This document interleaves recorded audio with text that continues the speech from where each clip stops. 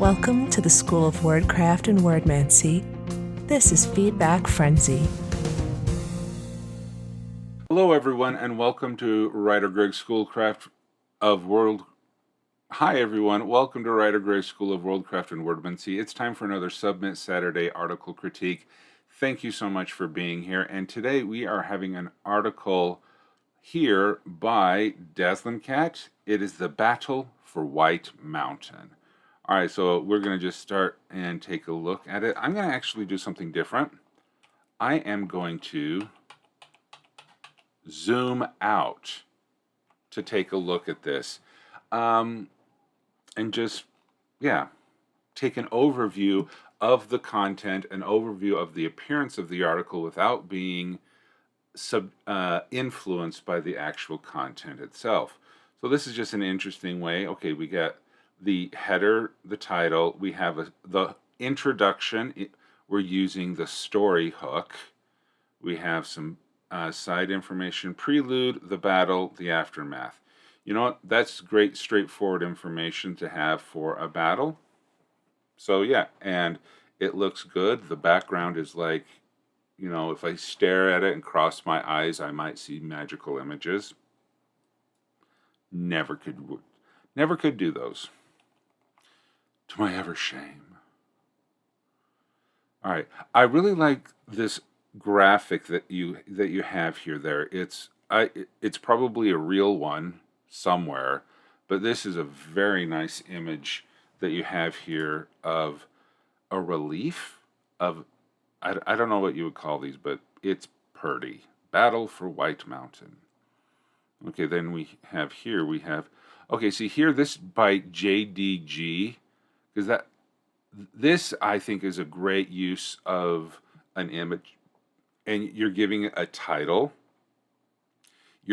We have the image, but we still have the credits from Pixabay for JDG. So I think this is a great use of an image, providing information, providing the context in world, yet still giving the credit to the person who created the thing.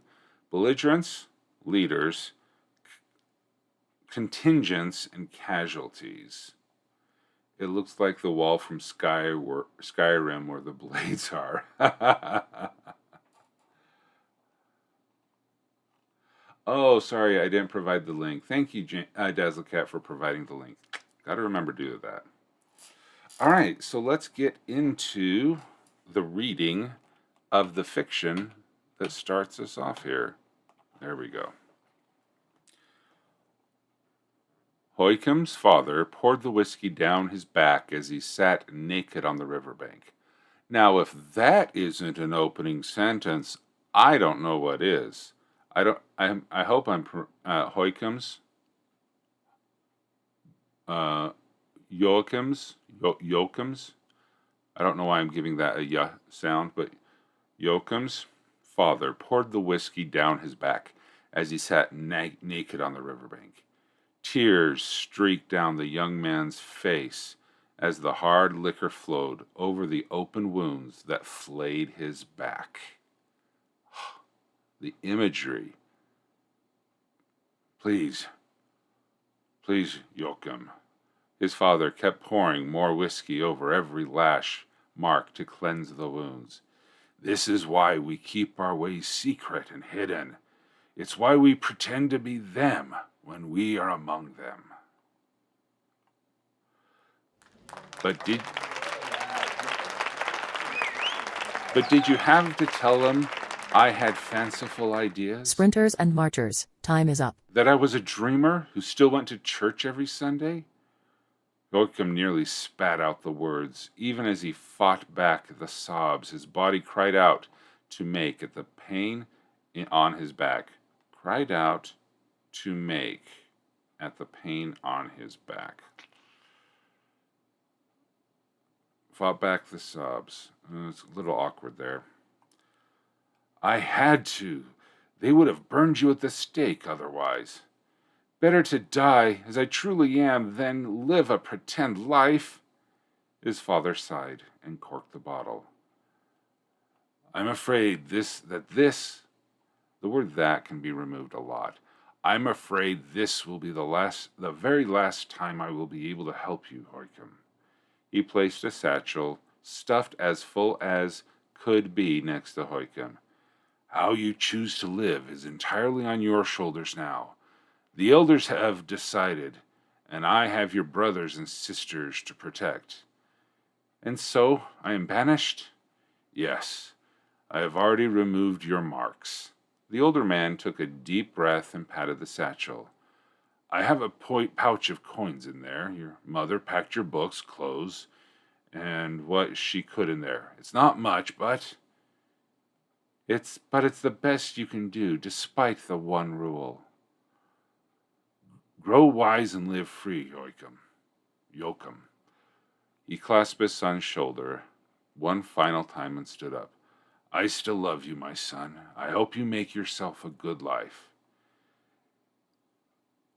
His father stepped away from the riverbanks and into the trees, where he promptly vanished from sight. I will, father, Hoikum promised aloud, then smiled with a wicked grin. Oh, I will, and those church persons will bleed.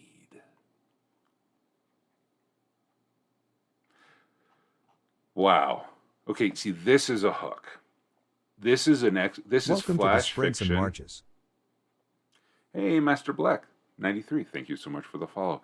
See, this is why fiction, or flash fiction in this case, is such a powerful hook, because I am now really interested in learning more about where the battle for White Mountain and how this ties into it. I will be severely disappointed if this excellent piece of fiction doesn't lead into this here. So, is this a high fantasy book? I'm not sure exactly what this is, Master Black. This article, I'll provide the link right there, is a World Anvil Summer Camp writing prompt that is part of World Anvil Summer Camp, and I am critiquing it and showcasing it. So it's just a piece of flash fiction to introduce this article. So really, really well done, I think. I mean, don't you want to know more about Hoikum? And that last sentence, I will, father, Hoikum promised aloud, then smiled with a wicked grin. Oh, I will, and those church persons will bleed.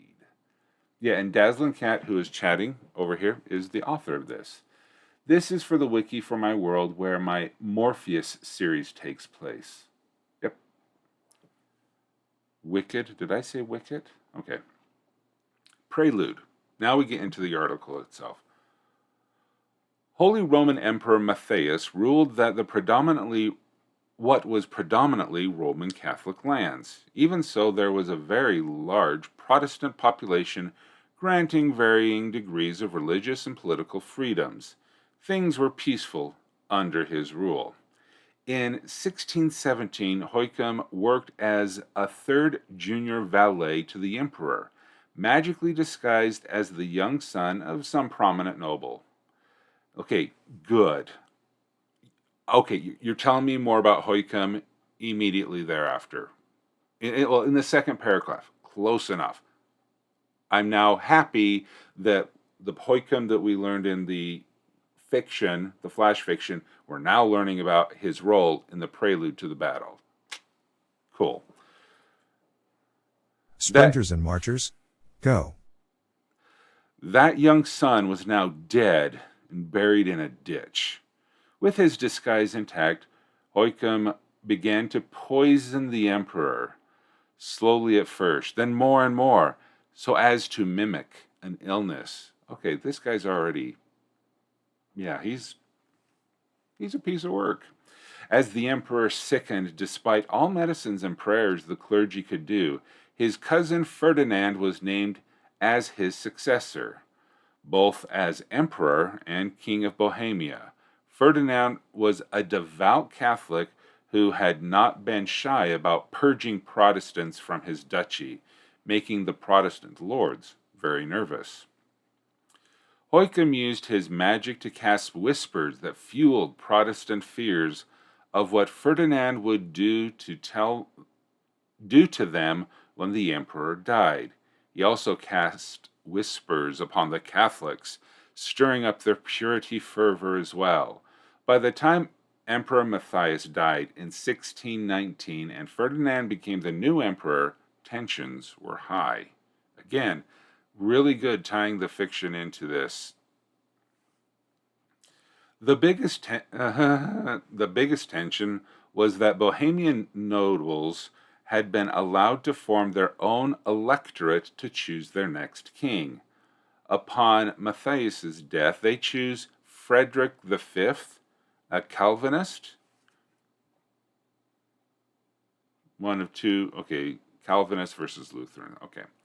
Ferdinand did not accept Frederick V as king and refused to give up the imperial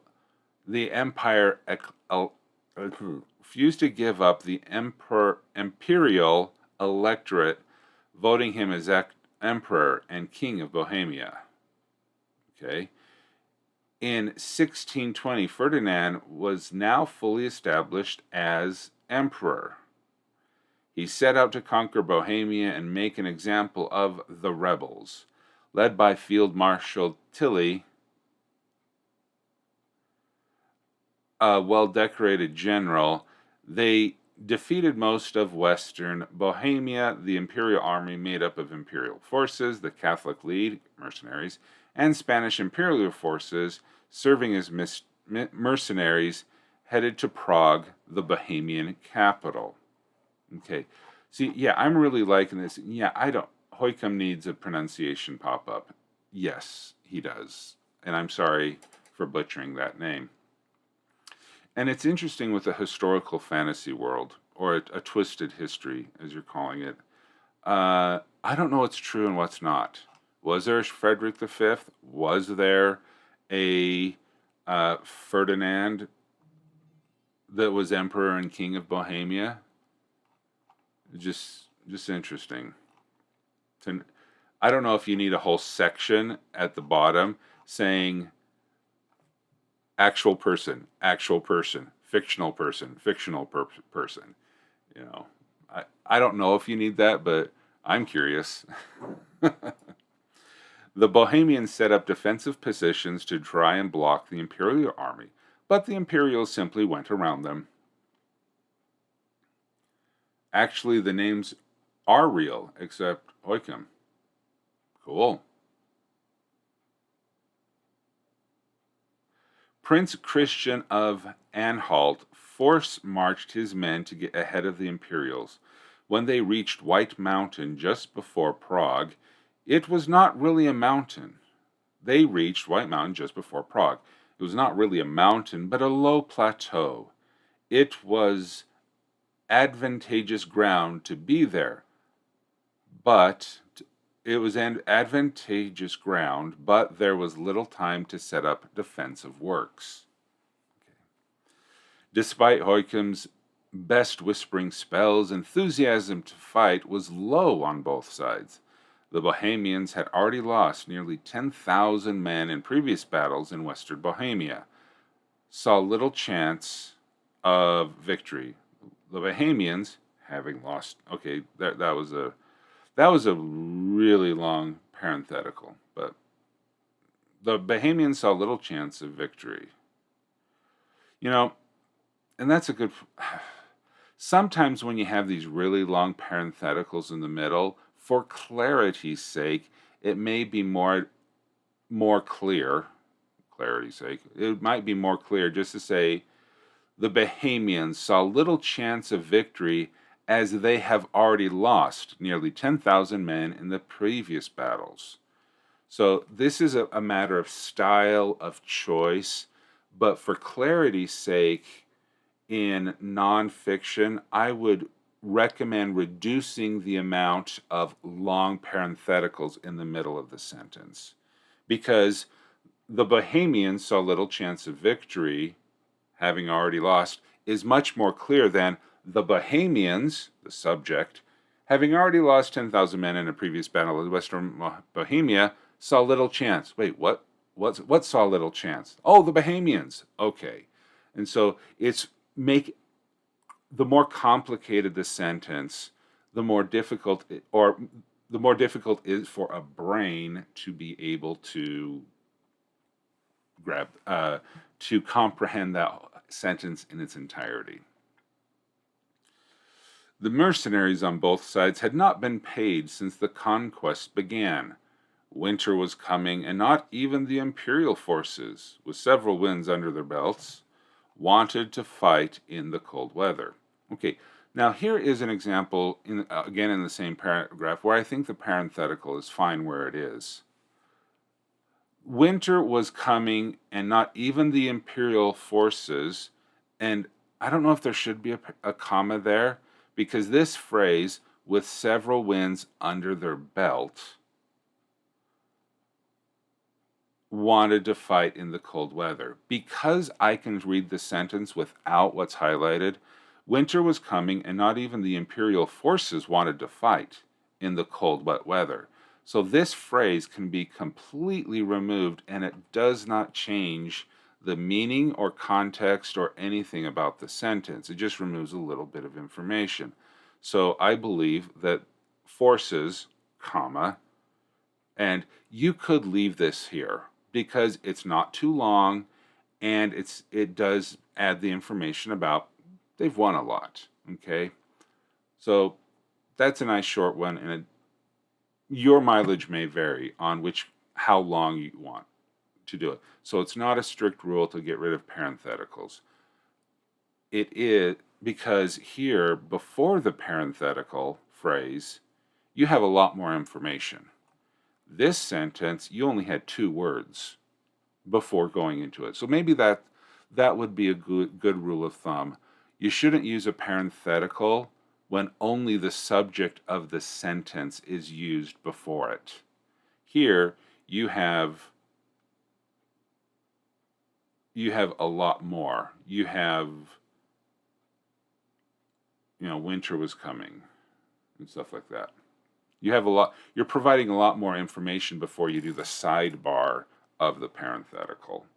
So that's why this sentence is more clearly understandable than the first one we talked about. Am I being nitpicky? Yes. Sorry, or not sorry. A small imperial force charged in, testing the Bahamian flank. I don't know if you need that comma there. To the imperial surprise, the flank began to crumble. Prince Christian sent forward infantry and cavalry led by his son Christian II. The cavalry charged into the imperial infantry, killing many. Field Marshal Tilly countered with his own cavalry, forcing the Bahamian riders to retire from the field. Okay. The Bahamian infantry, just now approaching the Imperials, fired one volley into the Imperials. Then they too retreated, as had their cavalry. I don't know if you need that comma right there. Bahamian forces, okay. Hoikum once again tried to whisper enthusiasm back into the Bahamian forces, even as a small group of imperial cavalry circled them, forcing them to the middle of the battlefield. His magic was not enough. Sprinters take 5. Marchers only 15 more. His magic was not enough, and company after company of Bohemians began retreating without even engaging the enemy. Field Marshal Tilly advanced with all his cavalries. They pushed the Bohemian forces back towards the Star Palace that stood just west of Prague. Prince Christian tried to establish a line of defense before the Imperials arrived, but failed. The Bohemian companies were beaten to tatters, with thousands killed. Okay. So that was reading more, that was reading smoothly. The information was good. Uh,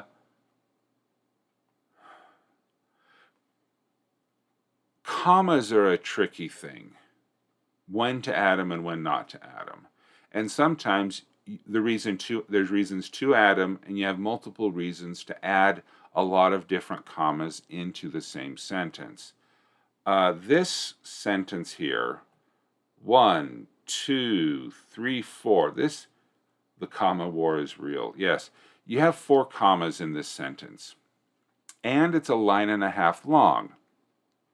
For simplicity's sake, you may wish to rewrite this sentence, split it into 2, or move the clauses within the sentence around so that you do not need as many commas, or the sentences can be more straightforward.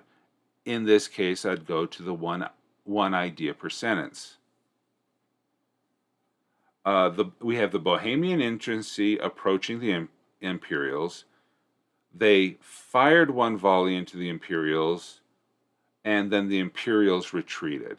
So there's 3 ideas within this sentence. Now, do all 3 does that mean break this into 3 sentences? Your choice. You could say what the Bohemians did and what the Imperials did. That's 2 sentences. But and then you go into the 3rd sentence about what Huykem did. So anyway, so that's just some interesting. I'm going to do something different at the end of this. Let's get through the aftermath. Field Marshal Tilly entered Prague, and the Bohemian resistance collapsed. King Frederick fled with his family and was given the mocking title of the Winter King. 47 Bohemian leaders were put on trial, and 27 of them were executed in the Old Town Square. I don't think you should... numbers larger than... a sentence should not start with numbers. If you have a sentence that starts with numbers, you need to spell it out. And words under 10 and under need to be spelled out. I think those are the rules. But see here, you did say over 80%, that's fine. You may wish to actually spell out 80%, stylistically, so it doesn't look too like you have too many numbers in there.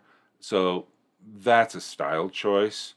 I would, because that really pops out in visual. So if you want people to really notice this 80%, leave as is. If it's not as critical, maybe consider saying over 80, spell out the words 80 and percent. But if it was 82%, I'd definitely leave the numbers. Over 80% of the Bohemian nobles fled into exile as Ferdinand began to his convert to Catholicism or die regime. I'd probably put that in quotes and capitalize the D, unless it was, but no, that would make it sound like it was official, not a,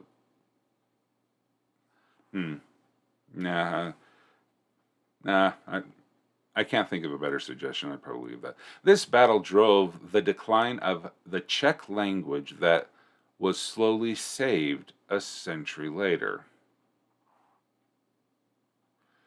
Huykem fled Bohemia to inspire more conflicts within the empire, where he gloated over every battle where churchmen killed each other. Rumors abound of him being Time for the sprinters to get back to work. Black Heart beating through the 30 Years' War started by this conflict. By the end of the terrible war, Bohemia only had 50,000 of its 151,000 farmsteads left. Its population of 3 million was reduced to a mere 800,000. This is true. This is the moment the Czech language almost died. Okay, and so this is kind of an interesting thing here. You presented this information, I think, in a good format. It was interesting to read.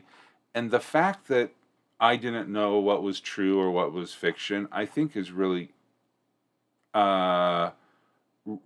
really cool. So this twisted history that you have here is a single person or a couple single people, your shadow organization that then influences real life events. It would be cool, maybe as a side column, something like that.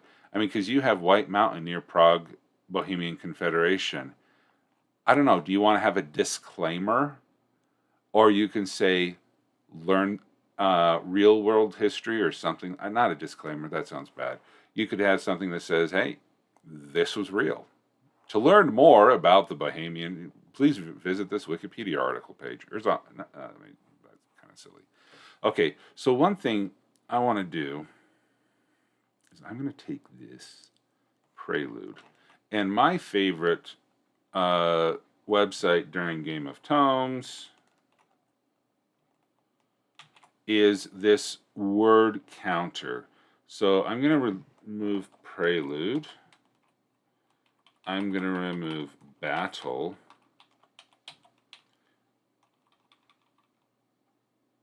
And the aftermath. Okay, so let's take a little bit of a look at the statistics that we have for this article. Over here we have words 766, characters, sentences 49, paragraphs 25, reading level college student, reading time 2 minutes, about 3 minutes, speaking time about 5 minutes. No. Then you have your keyword density and stuff like that. So see, this is it's a college level that is required. Now read what this means. Okay, the reading level feature, and so the Dale Child readability formula, and so if you were to take this thing, research a little bit more about readability, but basically shorter sentences, a lot fewer commas, a lot fewer parentheticals, you would be able to reduce this from a college level reading requirement down to a high school or junior high. I believe newspapers try to hit a 4th grade level of reading. And so for nonfiction, I would really consider getting something down to 15 or 16-year-olds, which in the United States are your freshmen and sophomores. Okay. And then I have my pro writing aid has access to this, and so there are a lot of like passive verbs, disguise, misspelt, even so there. Readability may be enhanced using there. Okay, and this is why I like ProWriter Aid better than Grammarly, because the ProWriting Aid Pro is cheaper, and it gives me a lot more. Okay, again, passive sentence, spelling, Hoikum, possible unnecessary comma. Okay, and so you'd be able to. Possible missing comma was reduced, passive 27. Okay, did it? Okay, let's go back to the number. Where's that? It's not the 80%. Yeah, where's it? Okay, 47. Okay, see here, interesting. It does not flag 47 as a problem. That could be just an old school thing that I learned back in the Dark Ages before dinosaurs died from the earth. Okay. So anyway, ProWriter Aid is a really good thing. See, and I use it when I do my dictations on Nuanced Dragon. I then dump it in here, or actually I dump it into ProWriter Aid to run through for the passive sentences, specifically any homonyms or issues that may be there. So using Grammarly or a grammar check or something, I think may help reduce that college level to something lower. All right. Well, thank you so much. Thank you so very much, Dazzlinkat. I hope that you found this helpful, and all of you who watched were able to enjoy the discussion about parenthetical sentences and structure like that. If you would like to have your article or fiction critiqued in a future Submit Saturday, please go ahead and visit wgc.bz/submit, where it will be placed in the queue for future Submit Saturdays. Thank you so much, everyone, and Thanks for watching this Feedback Frenzy. Be sure to show your support by liking this video, subscribing to the channel, and clicking the notification bell. WriterGreg offers coaching sessions to help bring your world to life, create compelling stories, and accomplish your creative goals. Please visit wgc.bz/coaching for more details.